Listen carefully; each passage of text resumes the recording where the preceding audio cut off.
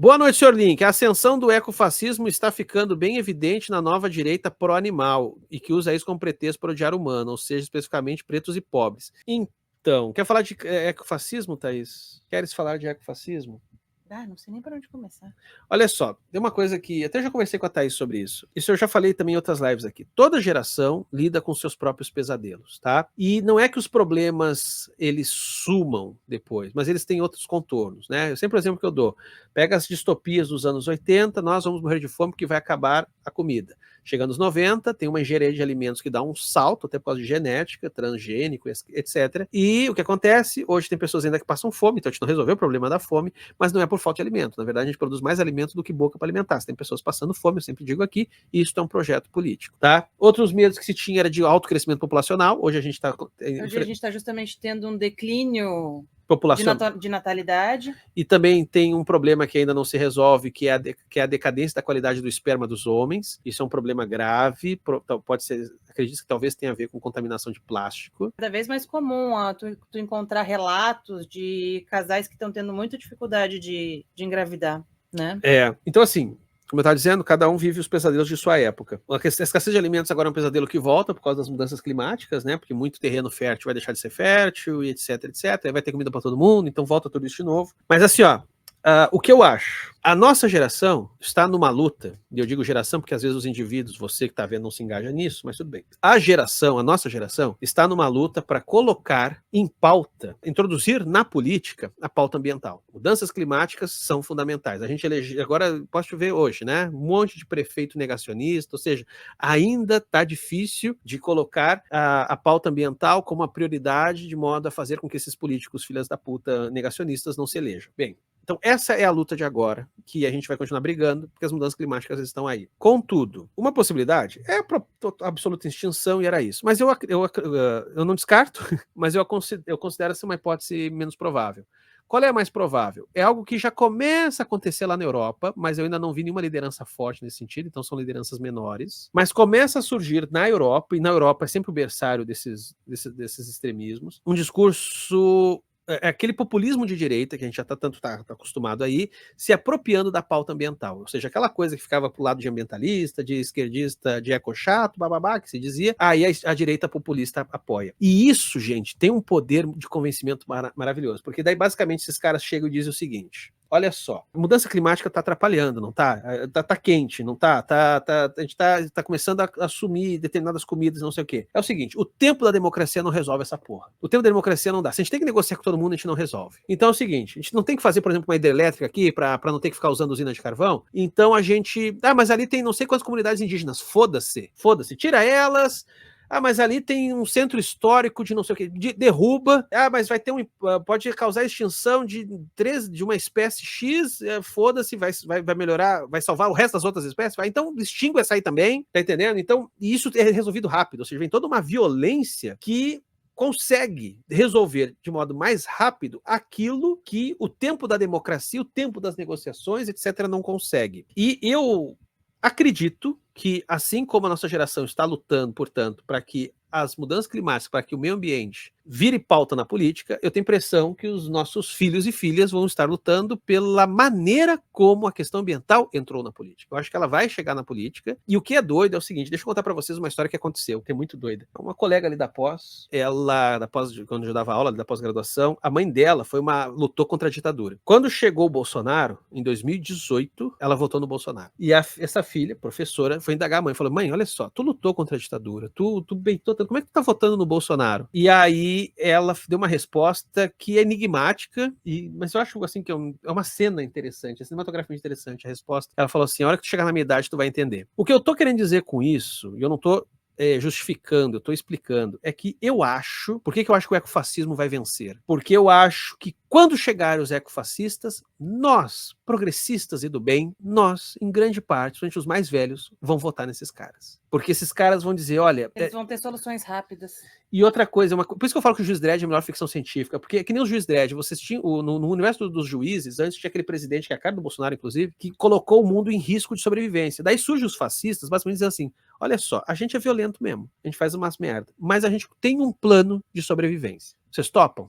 E a maioria vai topar. Entendeu? A chave, esse momento, essa minha profecia só vai se cumprir a hora que realmente surgir uma liderança forte, populista de direita, mas com discurso ecologicamente correto. Ou pelo menos parcialmente ecologicamente correto. Ou seja, um ecofascista fudido. Assim. A hora que surgir esse cara, vai começar a surgir vários outros.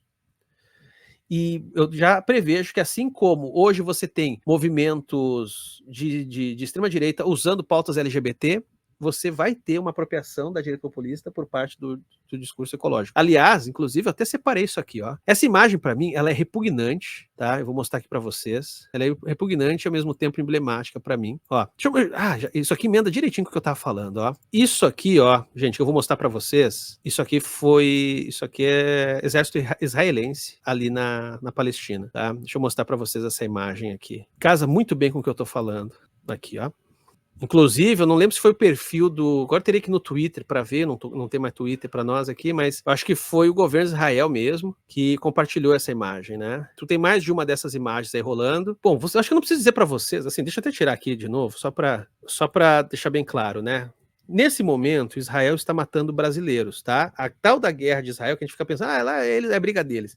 Bom, Israel já transformou a Palestina num estacionamento, né, matando crianças, mulheres e crianças, e agora está avançando no Líbano e já matou brasileiros, criança brasileira. Nesse momento, Israel já está em guerra com o Brasil indiretamente, porque já está matando brasileiros. É bom lembrar disso.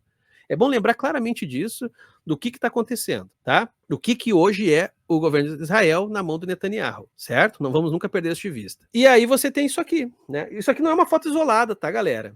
Isso tem várias fotos aí de soldados israelenses com as suas bandeiras LGBT e tal, assim, sabe? É a violência inclusiva, cara.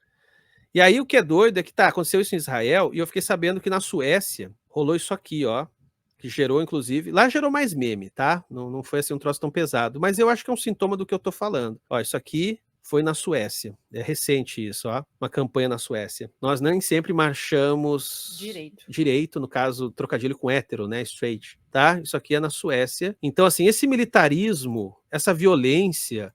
Pô, aqui vamos lá, né, gente? Vamos ser francos. Esse culto à força, à violência, né, esse enaltecimento do militarismo e tal, a gente sabe onde sempre isso acaba. Basta ver o que foi o governo Bolsonaro, a gente sabe no que desencamba isso sempre. E tá aí, olha só, esse militarismo LGBT na Suécia, olha só que massa, sabe? Então, assim, para concluir tudo que eu tô falando aqui, assim como hoje a gente já tá vendo movimentos à direita ou muito à direita, como o próprio Israel é um laboratório do que vai rolar, não se engane. Assim como isso agora consegue incorporar de maneira muito tranquila bandeira do arco-íris, sabe? Quando você está matando mulher e criança de outro povo, foda-se. A pauta ambiental vai ser incorporada. E esses caras vão ter... E por que eu acho que a gente ainda assim vai votar neles? Porque eles vão ter, de fato, alguma solução para as questões climáticas, eles vão conseguir agir rápido, eles vão conseguir atalhar a democracia. Porque a democracia, a metáfora que eu sempre uso é que a democracia é uma família muito comprida, e é uma família comprida que naquela noite precisa decidir que comida vai pedir no iFood. E um quer pizza, o outro quer sushi, o outro quer comida mexicana, o outro quer... E aí fica uma discussão enorme e todo mundo termina comendo um macarrão congelado do almoço. No fascismo, tu tem essa mesma família grande, mas um falou, vai ser pizza e eu mando nessa merda, e aí o pessoal não fica discutindo, não perde tempo, todo mundo consegue comer a pizza, sabe? A gente não pode esquecer o caráter... Para a gente poder fazer uma crítica ao fascismo, a gente não pode esquecer esse aspecto fascinante do fascismo. E o ecofascismo, a hora que ele se amarrar certinho, a hora que a direita populista conseguir se apropriar super bem da pauta ambiental, eles vão fazer sucesso. E eu acho que um caminho para isso é olhando para a China. Não estou dizendo que a China é fascista, mas o confucionismo chinês é muito estranho para nós, e, portanto, muito do autoritarismo chinês, que a gente enxerga aqui como autoritarismo, que, de novo, do ponto de vista confucionista, é mais complexo, então eu não vou entrar nessa questão, mas o que eu estou dizendo é que esse confucionismo chinês ajuda a China, inclusive, a tomar medidas também drásticas nesse sentido, né? Mudanças, consegue empenhar grandes empreendimentos sem perder muito tempo. Enfim, esse confucionismo chinês, para nós, como ele é estranho, ele vai ser traduzido tão somente como puro autoritarismo, fascismo e tal, que é o que a gente conhece mais. Então, assim, eu acho que os astros estão todos se alinhando para essa porra acontecer desta forma. Alguém falou aqui de fascismo de esquerda. Não é porque eu acho que a maior prova que não é que a esquerda não consegue emplacar discursos, não consegue emplacar a defesa de pautas ambientais. Basta ver aí, mesmo as lideranças de esquerda que tem no Brasil não conseguem emplacar isso. Agora, quando a direita populista conseguir, uma direita populista autoritária, cara, eles vão voar. Eles vão voar. Mas isso aqui, puro exercício de futurologia, tá bom? O pessoal aqui falando fascismo de esquerda, né? Não, mas é que o cara usou isso com uma certa liberdade só para entender um autoritarismo de esquerda, ou coisa que for, mas não vai ter um viés de esquerda, cara, não vai ter.